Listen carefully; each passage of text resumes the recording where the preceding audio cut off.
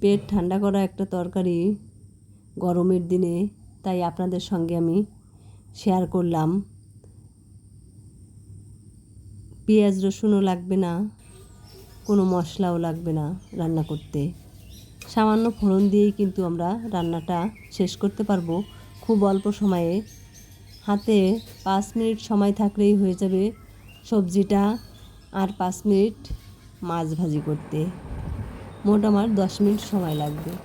লতিগুলো আমি মোটা লতিগুলো রেখে চিকনগুলো নিয়ে এভাবে বেছে নিয়েছি, আর একটু লেবু দিয়ে মেখে আগের দিন রাত্রে ফ্রিজে রেখে দিয়েছি।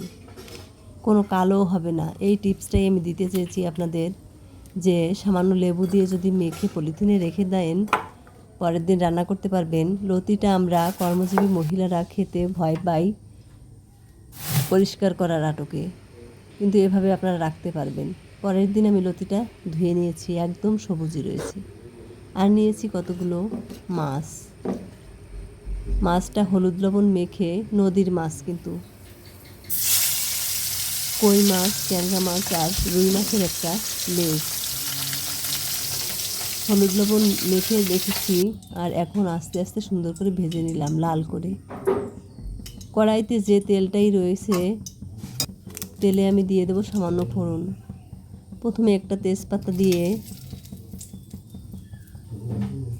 পরে জিরেটা আর রাঁধুনি, চন্দনাও বলে অনেকে, একটু নেড়ে চেড়ে যখন একটু ফুটে উঠবে ফোড়নটা, তখন লতিগুলো দিয়ে দেবো।